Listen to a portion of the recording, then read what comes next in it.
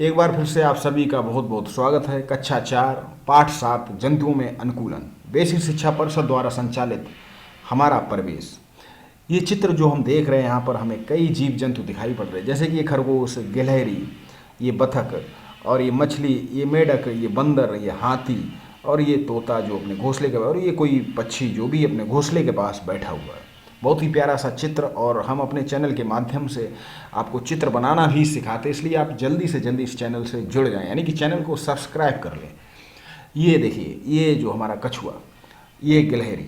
तो अब हम जानते हैं हमारे परिवेश में अनेक प्रकार के जीव जंतु पाए जाते हैं। ये जीव जंतु अलग अलग जगहों पर रहते हैं। कोई भी जीव उसी स्थान पर रहना पसंद करता है जहाँ उसे पर्याप्त सुरक्षा, भोजन तथा अनुकूल दशाएं मिलती हैं।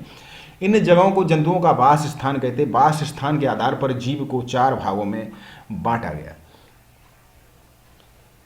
अब जैसे कि थलचर यानी टेरेस्टेरियल, तो कुछ जंतु स्थल पर पाए जाते हैं, जैसे कि कुत्ता, बिल्ली आदि, इन्हें थलचर कहते हैं। जलचर, कुछ जंतु जल में पाए जाते हैं, जैसे मछली, इन्हें जलचर कहते हैं। और नभचर एरियल, यानी कि कुछ जंतु आकाश में उड़ते हैं, उन्हें नभचर कहते हैं, जैसे कौआ, गौरैया, चील। और उभयचर एम्फीबियन, यानी कि कुछ जंतु जल एवं थल दोनों स्थानों पर वास करते हैं, जैसे कि कछुआ, मेढक आदि, ये उभयचर कहलाते हैं। वास स्थान के आधार पर अपने प्रवेश में पाए जाने वाले जंतुओं के नाम नीचे दी गई तालिका में लिखिए। उसके बाद आप छांटिए कि ये स्थलचर है, यानी कि थलचर है, जलचर है, नभचर, उभयचर। जैसे कि गाय, गाय थलचर है। अब जैसे कि कछुआ, तो कछुआ जमीन पर भी रहता, पानी में भी रहता, तो वो उभयचर हुआ। उसी तरह मेढक, कुछ पक्षी जो आसमान में रहते हैं, उड़ते हैं, तो उनको नभचर कहते हैं। जिन जो आसमान में विचरण करते हैं वो नभचर कहलाते हैं। बहुत ही महत्वपूर्ण प्रश्न है ये, हमेशा प्रतियोगी परीक्षाओं में इससे संबंधित प्रश्न आ ही जाता। आवास एवं अनुकूलन, प्रत्येक जीव में उसके प्रवेश के अनुरूप तालमेल स्थापित करने के लिए होने वाले परिवर्तन को अनुकूलन कहते हैं। यानी कि जीव में उसके प्रवेश के अनुरूप आप जहाँ जैसा आपका प्रवेश है उससे अनुकूलित हो जाना, वो आपका अनुकूलन कहलाता है। परिवर्तन को अनुकूलन कहते हैं। जीव में निम्नलिखित कारणों से अनुकूलन होता। भोजन की उपलब्धता, बहुत से जीव जंतु किसी स्थल विशेष स्थान पर रहते हैं और फिर ऋतु बदलने पर दूसरे स्थान पर चले जाते हैं। वातावरण, प्रजनन, शत्रुओं से रक्षा, प्रजनन हेतु भी एक स्थान से दूसरे स्थान पर जाते हैं। शत्रुओं से रक्षा हेतु वातावरण, भोजन की उपलब्धता। तो ये जहाँ भी हम रहते हैं या जहाँ हम जाते हैं, वहाँ के वातावरण के अनुसार अपने को अनुकूलित करना ही अनुकूलन कहलाता है। चलिए आगे देखते हैं। अनुकूलन के कारण ही कुछ जंतु थल पर और कुछ जल में अपना वास स्थान बनाते हैं। प्रत्येक जंतु में कुछ विशिष्ट लक्षण या शारीरिक रचनाएं होती हैं। ये उन्हें विशेष स्थान विशेष में रहने में मदद करती हैं। आओ जाने की तरह तरह के जंतु किस प्रकार विभिन्न वातावरण में अपने को अनुकूलित रखते हैं। परिवेश, जल में रहने वाले जंतु, जैसे कि जल में रहने वाले जंतु जलीय जंतु कहलाते हैं, जैसे मछली, ऑक्टोपस आदि। किसी तालाब में तैरती हुई मछली को ध्यान से देखो, कैसी दिखाई पड़ती। आइए देखें और समझें। मछली का शरीर नाव के आकार का है। इसके दोनों सिरे नुकीले हैं, जैसे कि यहाँ इधर भी और इधर भी, और बीच वाला भाग चौड़ा है, जैसे कि ये। इस तरह की आकृति को धारा रेखित कहते हैं। धारा रेखित शरीर तैरने में सहायक होता है। मछली के शरीर पर पंख हैं, इनकी सहायता से ये तैरती। मछली की पूंछ और पंख पतवार की तरह कार्य करते हैं। मछली में सांस लेने हेतु फेफड़ों के स्थान पर गलफड़े यानी कि गिल्स होते हैं। तो प्रश्न होता है कि मछलियां कैसे सांस लेती हैं, तो वो गिल्स के माध्यम से सांस लेती। गलफड़े, पंख तथा धारा रेखे शरीर मछली को जल में रहने के लिए अनुकूल बनाते हैं। मछली बार बार अपना मुंह खोलती और बंद करती है। क्यों? मछली के मुंह से जल प्रवेश करता है और गलफड़ों से बाहर निकल जाता है। जल में घुली हुई ऑक्सीजन को गलफड़े सोख लेते हैं। इस तरह मछली श्वसन करती है।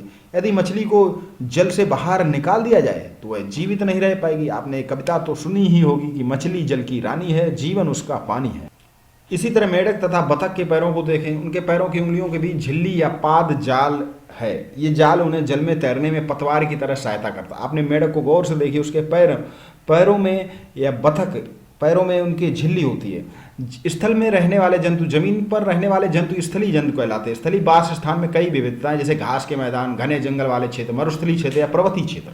आइए जाने कि विभिन्न स्थलीय क्षेत्र में रहने वाले जंतु किस प्रकार अनुकूलित होते हैं। मैदानी भाग में रहने वाले जंतु, क्या आपने कभी सोचा है कि यदि घास के मैदान समाप्त हो जाएं तो शेर पर इसका क्या असर पड़ेगा? शेर वन में अथवा घास स्थल में रहता है। वह एक शक्तिशाली जंतु है जो हिरन जैसे जानवरों का शिकार करता है। शेर का मटमैला रंग उसे घास के मैदान में छिपने में मदद करता है। चेहरे के सामने की आंखें उसे वन में दूर तक शिकार खोजने में सहायता करती हैं। शेर के अगले पैर के नख लंबे और नुकीले होते हैं, इससे उसे शिकार पकड़ने में मदद मिलती है। हिरण भी मैदानी क्षेत्र में रहने वाला जंतु। पौधे के कठोर तनों को चबाने के लिए उसके मजबूत दांत होते हैं। उसके लंबे कान तथा सिर के बगल में स्थित आंखें उसे खतरों की जानकारी देती हैं। उसकी तेज गति उसे शिकारी से दूर भागने में मदद करती है।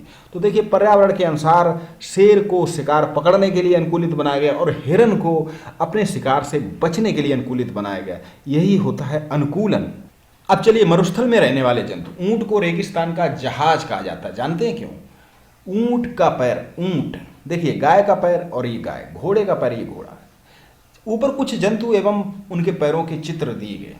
अब ऊंट को रेगिस्तान का जहाज इसलिए कहा जाता है क्योंकि ऊंट के अलावा वहां कोई भी जंतु आसानी से चल नहीं सकता, क्योंकि मरुस्थल होता है, रेत होती है, और वही एकमात्र यात्रा का साधन होता है। ध्यान से देखिए, उनकी तुलना ऊंट के पैरों से करिए। ऊंट के कुबड़े में भोजन चर्बी के रूप में संचित रहता है।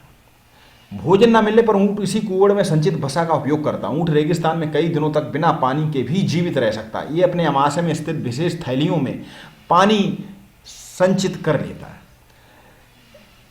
रेगिस्तान में ऊंट सामान पहुंचाने तथा यातायात के साधन के रूप में बहुत उपयोगी होता है। लेकिन कभी कभी ये प्रश्न पूछा जाता है कि रेगिस्तान में अत्यधिक दिनों तक बिना पानी के कौन रह सकता है। अभी ये सिविल में भी ये प्रश्न पूछा गया था, तो इसका जवाब ऊंट नहीं, वो चूहा होता है। ऊंट के पैर लंबे तथा गद्दीदार होते हैं। उनके पैरों के लक्षण उसे मरुस्थल की रेतीली भूमि पर मीलों तक चलने अथवा दौड़ने में सहायता करते, इसलिए इसे रेगिस्तान का जहाज कहा जाता है। इसे भी जाने, अनेक प्रकार के सर्प, मकड़ियों, चूहे, कीट, छिपकली आदि पत्थरों के नीचे या छोटे छिद्रों और दरारों में रहते हैं। इन जंतुओं में अधिकांश की त्वचा मोटी होती है, जो शरीर से पानी के ह्रास को रोकती है। तो आपने देखा होगा कि जो मकड़ियाँ, चूहे, कीट, मछलियाँ, छिपकली आदि पत्थरों के नीचे दरारों में छुपे रहते हैं, और उनकी मोटी त्वचा इसलिए होती है कि उनका जो उनके शरीर का पानी है उसका ह्रास रुका।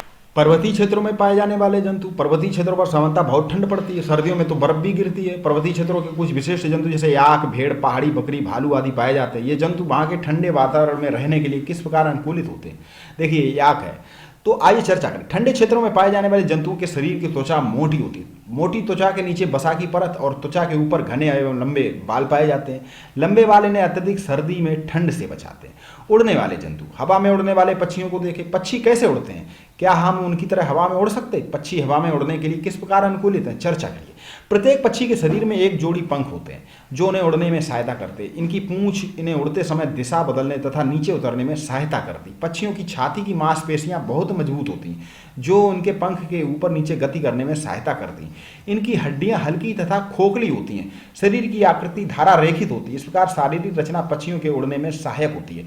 घोंसलों से पक्षियों की पहचान। क्या आपने कभी किसी पक्षी का घोंसला देखा है? पक्षी अंडे देने तथा उसकी सुरक्षा के लिए घोंसला बनाते हैं। आमतौर पर पक्षी अपना घोंसला पेड़ की शाखाओं पर छोटी छोटी टहनियों, घास फूस, बाल, रुई, कपड़े के रेशे आदि की मदद से बनाते हैं। कुछ पक्षी अपना घोंसला गड्ढे, झाड़ियां, पेड़ की कोटर, चट्टानों के बीच या हमारे घरों में बनाते हैं। बया, कबूतर, चील, कौवा, बतख। तो ये चित्र आपने देखे। अब चलिए कुछ अभ्यास के प्रश्न कर लेते हैं।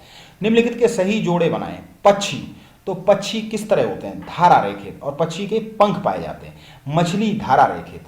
ऊंट कहाँ पर पाया जाता है? ऊंट का कुबड़, तो यहाँ पर याक है। याक जो है पर्वतीय क्षेत्र में पाया जाता है। इस तरह आपको सही मिलान करना है। निम्नलिखित प्रश्नों के उत्तर लिखिए। जीवधारियों में अनुकूलन के क्या कारण है?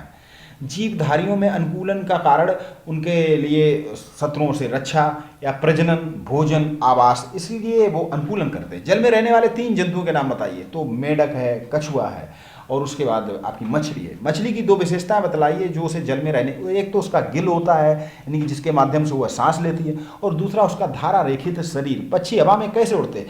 पक्षी हवा में अपने पूंछ के माध्यम से, और उनके जो पंख होते हैं, साथ ही उनके जो सीने की मांसपेशियां काफ़ी मजबूत होती हैं और खोखली होती हैं। कारण बताएं, मछली पानी में कैसे तैरती? पर्वतीय क्षेत्र के जंतुओं के शरीर के लंबे घने बाल क्यों होते हैं? वो उनको सर्दियों से बचाते हैं। चलिए मिलते हैं फिर किसी नए पाठ के साथ। आप चैनल से जरूर जुड़ जाएं। अगर आप इंग्लिश मीडियम के छात्र हैं फिर भी आप इन किताबों को जरूर पढ़ें, ये आपके ज्ञान में अभिवृद्धि करेंगी। चलिए फिर मिलते हैं। आप सभी को बहुत बहुत प्यार, बहुत बहुत नमस्कार।